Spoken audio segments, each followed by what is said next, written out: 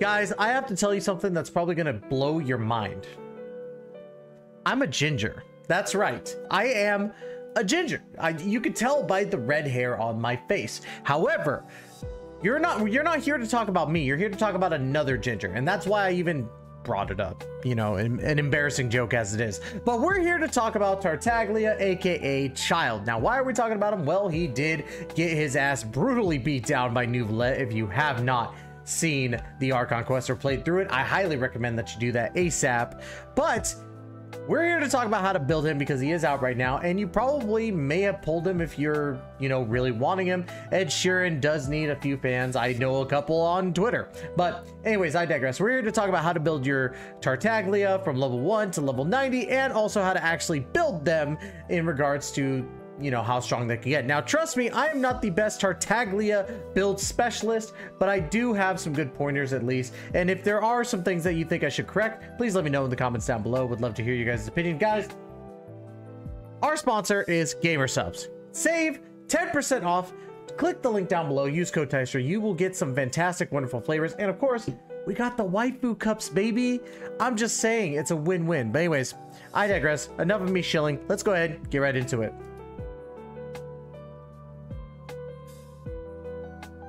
Tartaggles, right? The Hydro Bow user in Genshin Impact that came out around the beginning of time for Genshin Impact. Like, I think he was the third character released, which is pretty crazy. Yeah, he was the third. It was Venti and Klee, and then Childe right afterwards. But yeah, he's been here for a long time, and he has changed over the years in regards to his artifact sets and what you want to build him with. There's a couple of things that you can go with, but first let's talk about how to ascend him, right? We're gonna have these silvers, these fragments, these chunks, and these gemstones. Like always, these are the Verunata Lazarite. So you get these from hydro bosses like Oceanid, Hydro Hypostasis. You could get these, I believe, from a couple of other bosses as well. For some reason, it's tough because I don't think there's a lot of hydro bosses. Yeah, it's pretty crazy to think there isn't a lot of hydro bosses, but Oceanid and Hydro Hypostasis are going to be the main ones you pull them from. Now, in grand total, you're going to need 1 of the silvers, 9 of the fragments, 9 of the chunks, 6 of the gemstones, like we always say. And then, of course, 3 silvers make a fragment, 3 fragments make a chunk, 3 chunks make a gemstone. It's simple, really. The rule of threes, you got to remember that. Speaking of rule of threes, we're going to go ahead and talk about these right here. The recruits insignias, the sergeants insignias, and of course, the lieutenants insignias. These you get from Fatui. You have to kick their butt. You get plenty of them, in my personal opinion. And if you've been playing this game as long as I have, you have an overabundance of them. Now, in total for these, you're going to need 18 of these recruits insignias, 30 of the sergeants, and of course 36 of the lieutenants. Now, those are pretty simple. Let's go ahead and talk about your boss mats here. Boss mat is Cleansing Heart. In my word, you're going to get it from one of my most hated bosses in this game. You have to fight Oceanid to get these Cleansing Hearts, and you're going to need a grand total of 46 of them. So if you want to get these little Verunata Lazarite stuff, you might as well fight Oceanid because you're going to need those boss mats as well. 46 of them in total, which means upwards to 23 times if you get really unlucky and only pull 2 at a time. Lastly, Star Conches. You're going to need 168 of them, which these can be found in Leeway, so it's not too hard to find them. Now, let's go ahead and talk about if you want to triple crown your child. That's a weird sentence. But if you want to triple crown Tartaglia, here's what you're going to need, right? Your Teachings of Freedom, you're going to need 9 of those in total. For the Guides to Freedom, you're going to need 63. And of course, you're going to need a grand total of 114 of these Philosophies of Freedom. Now, these can come from the Leeway Talent domain on Mondays, Thursdays, and Sundays. So Sundays are going to be universal for everything, but if you want to make sure that you have the utmost time to get these, you'll get these on Mondays, Thursdays, and Sundays. Now, outside of that, you're going to need these insignias again. You're going to need 18 more of the recruits insignias, 66 more of the sergeants insignias, and of course, you're going to need 93 of the lieutenants insignias. Now, again, remember, rule of threes, it goes for the books as well. Now, of course, you're going to need these Shard of the Foul Legacy. Now, where do you get these? Easy. You get these from the Childe World Boss Fight, which is pretty self-explanatory. To get Childe stuff, you need, you know, Childe stuff. So that's really all that it boils down to. And then, of course, you need 3 Crowns of Insight, no brainer, and a grand total of 7.1 million Mora. Pretty self-explanatory for Childe. Not very hard to understand, at least in my opinion. But yeah, we're going to go ahead and dive in now into the actual build of Childe here. Now, Childe's very self-explanatory. He is a Hydro DPS. I think I've talked about him before in length of how I feel about him as a DPS, but we're going to talk about his stats first. So let's dive in. As you can see, my split is a 55 to 202. Crit rate and crit damage are essential for your DPSs, followed by a very astounding 152 ER, but I don't think ER is what you mainly want to focus on. Your main focuses should be attack percentage and your crits. That's why Childe is a, you know, pretty standard DPS. Crits and attack percentage and some elemental mastery for what you want to roll with them in that regard. As you can see, my elemental mastery is pretty abysmal. So this Childe is not going to be the best built, but it's a bare bones build that'll work really, really well for your DPS needs. Is he going to clear Spiral Abyss? Probably not, but I don't think that he could clear current day Spiral Abyss as good as other DPSs. Now let's go and talk about his weapons. His best weapon is the Polar Star. It is made for him. It's elemental skill and elemental burst damage increased by 12%. After a normal attack, charge attack, elemental skill, or elemental burst hits an opponent, 1 stack of Ashen Night Star will be gained for 12 seconds. When 1, 2, 3, or 4 stacks of Ashen Night Star are present, attack is increased by 10, 20, 30, and 48%. So for my Childe, this actually kind of works because he's low attack as it is. His attack percentage is not that great, in my personal opinion. I could do a lot better. Other weapons that you could use, Thundering Pulse, a very, very solid option to have. But what's really cool is that if you use Thundering Pulse, you don't have to worry too much about your crit rate or crit damage. You have to focus more on crit rate. But Polar Star, you don't have to worry too much about your crit rate. You have to worry more about your crit damage. So it's a win-win. Plus, this increases your attack by 20% and grants the Might of the Thunder emblem. At stacks levels 1, 2, and 3, it increases your normal attack damage by 12, 24, and 40%. So pretty good. There are 4-star weapons that you could use. The Very Distant Hunt, a very good weapon in general. Upon hit, normal and charge attacks have a 50% chance to generate a Cyclone.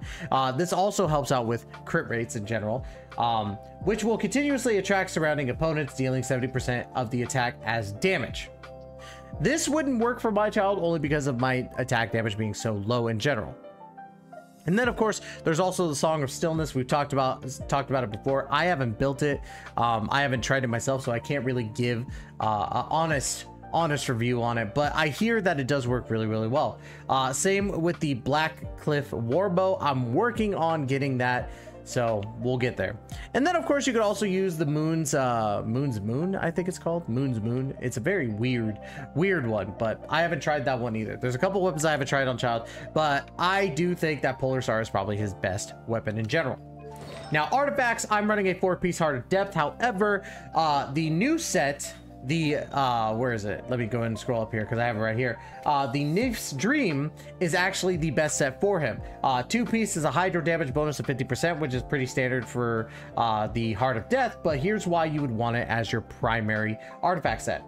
4-piece, after normal charge and plunging attacks, elemental skills, and elemental burst hit opponents, 1 stack of Mirrored Nymph will be triggered, lasting 8 seconds. When under the effects of 1, 2, or 3 or more Mirrored Nymph stacks, attack will be increased by 7, 16, and 25% of the hydro damage bonus will be increased by 4, 9, and 15% respectively. So pretty dang good, and it works really, really well with Childe. Now, there are other ways that you could go about this. You could either go 2-piece of Nymph or 2-piece of the Heart of Depth alongside of a 2-piece of Shimenawa's, giving that extra attack bonus. I used to run a 2-piece attack to 2-piece Heart of Depth. It worked out pretty good, but I think honestly going the 4 pieces is a lot better. Now, mine has a Constellation 1. Don't worry about that. I don't think it's really going to affect too much of what we're going to be doing here. So there's that. And of course, talents are 777. He does have a bow, but his skill changes him to a melee stance. Unleashes a set of weaponry made of pure water, dealing hydro damage to surrounding opponents and entering melee stance. In this stance, Tartaglia's normal and charge attacks are converted to hydro damage that cannot be overridden by other elemental infusions, and the change as follows. Normal attacks will do 6 consecutive hydro strikes, and of course the charge attack will do a, hydro charge attack. Riptide Blast. When the obliterating waters hit an opponent affected by Riptide, it clears their Riptide status and triggers a Hydro explosion that deals AoE Hydro damage. This can also happen with your charge attack as well, which is really cool. So when you have that Hydro symbol for the first charge attack, you activate your Hydro again and it causes that explosion. Pretty dang good. I would definitely say that. We'll go over it really quick. Opponents affected by Riptide will suffer AoE Hydro damage effects when attacked by Tartaglia in various ways. Damage dealt in this way is considered normal attack damage. Riptide Flash, a fully charged aimed shot that hits an opponent affected by Riptide, deals consecutive bouts of AoE damage, can occur once every 0.7 seconds. And of course, Riptide Burst. Defeating an opponent affected by Riptide creates a Hydro Burst that inflicts the Riptide status on nearby opponent's hit. Then, of course, we have a paragraph or two of Childe's Burst, which is his Giant Whale Havoc Obliteration, or not Giant Whale, we don't actually get that, unfortunately, but the Havoc Obliteration. Range stance, swiftly fires a Hydro-imbued magic arrow, dealing AoE Hydro damage and applying the Riptide status, returns a portion of the energy cost that it uses. And then, of course, melee stance, performs a slash of a large AoE, dealing massive hydro damage to all surrounding opponents, and triggers Riptide Blast. Riptide Blast, when the obliterating waters hit an opponent affected by Riptide, it clears their Riptide status and triggers a hydro explosion that deals AoE hydro damage. It's a lot to think about in regards to him, but let's go ahead and take a look at this stuff, because it's actually funny how simple his ascension is. First ascension extends Riptide duration by 8 seconds. Second ascension, when Tartaglia is in Foul Legacy Raging Tides, melee stance, or are on dealing a crit hit, normal or charge attacks, apply the Riptide status effect to opponents. Again, he's very, very consistent with the Riptide. Now, the first team I kind of want to show off is just a Electro Charge team of him being the DPS and all your side DPSs. So let's go ahead and jump into Masanori. Yes, I know a lot of people want me to take him into Spiral Abyss. I think Masanori is a lot better for the casual fans because not everybody's going to be doing Spiral Abyss. And I think we could show off exactly what he could do. So first things first, when you go into here, you want to get your Electro going on for this whole thing. Then switch Tartaglia, go into melee stance, and look at just the creamy damage start pouring in. Now again, my Tartaggles is not going to do a crazy amount of damage because my attack percentage is not up there. However, he is doing a decent amount consecutively with how much he has going on. And then activate that. And as you saw, that Riptide Blast did occur, which is fantastic. Now let's activate Burst here, get the burst going on. And then go back. We're gonna activate arrows and get the Riptide going. Since we can't go into daggers, which the daggers, that's the only thing that sucks, is that you're constantly having to wait for your melee stance to come back up, which we're fine. It's not a big deal. We switch back, daggers come up, and we're golden. So yeah, he heavily relies on a high attack percentage, which if you don't build him with that attack percentage, you're going to have trouble like my child. And honestly, this is what I wanted to show off because this was a character that I just kind of skipped over when I first got him, and I'm trying to make him better, but it's tough to make him a worthy DPS. But I want to check out a Hyper Bloom team, or Child Hyper Bloom, and it consists of a lot of, or basically 3 5-stars. So if you don't have the money, it makes sense. You could obviously switch Yelan for Xingqiu, and if you wanted to have that Dendro application, you could also run Kale instead. But I kind of wanted to see how this one would do. So let's go ahead. We're going to dive into this really quick, and we're going to switch into Nahida, get the Dendro application that will constantly stay on there for the most part, and then switch over to Kuki Shinobu to get that. Or actually, we'll go into Yelan. Grab that. Get this going. So as you can see, we're seeing a little bit of the Hyper Bloom going. Just a little bit, which does help out a lot with the damage. Now, I didn't activate Yelan Burst yet because I wanted to kind of show off that. So now that we got that going, we're We're gonna give Childe a little bit of time to recover, so we're gonna dodge a little bit. Come on. We're gonna show off now what happens when you add Yelan's sub DPS to really get that going. So first things first, we're gonna activate that to get the application going. Get this, activate Yelan first, switch, go to dagger or melee stance, and you can see that the damage just pours in. And like I said, you could switch out Yelan for Xingqiu, Nahida, switch out for Kale, and that makes sense. Kuki Shinobis are pretty standard anyway. So, but I digress. It's one of those things where I talk about Childe being a low on the totem pole for the DPSs, but in all actuality, it's how you build him. Now, I can honestly say for my Childe, I personally failed. I failed with Tartaglia. However, the points that I'm giving to you is that if my Tartaglia can do this to Masanori in a very short amount of time to show you how it kind of works out, think of what you guys could do if you build your Childe correctly to be able to actually have that high attack percentage. Don't worry too much about your energy recharge. You're not going to have to worry too much, especially since you're going to be doing a lot of that melee and getting that energy back. Your main goal is to get the damage off as quickly as humanly possible. That's why Childe can still put up some numbers. Even after this, I don't think he's the best DPS out there, and I don't think that you should really invest too much into him outside of other DPSs. But if you do, I don't blame you. He can be really, really fun. His style is a lot different from others. And y'all, that's going to be it for today's video. Thank you so much for giving me the opportunity to entertain you. We will be back again with another Genshin Impact video very soon. Hopefully you guys enjoyed it. Let me know in the comments down below what you guys think of Childe. But anyways, that's going to be it. Love you all to death. And as always, we'll catch you all in the next video. Please take care and be safe.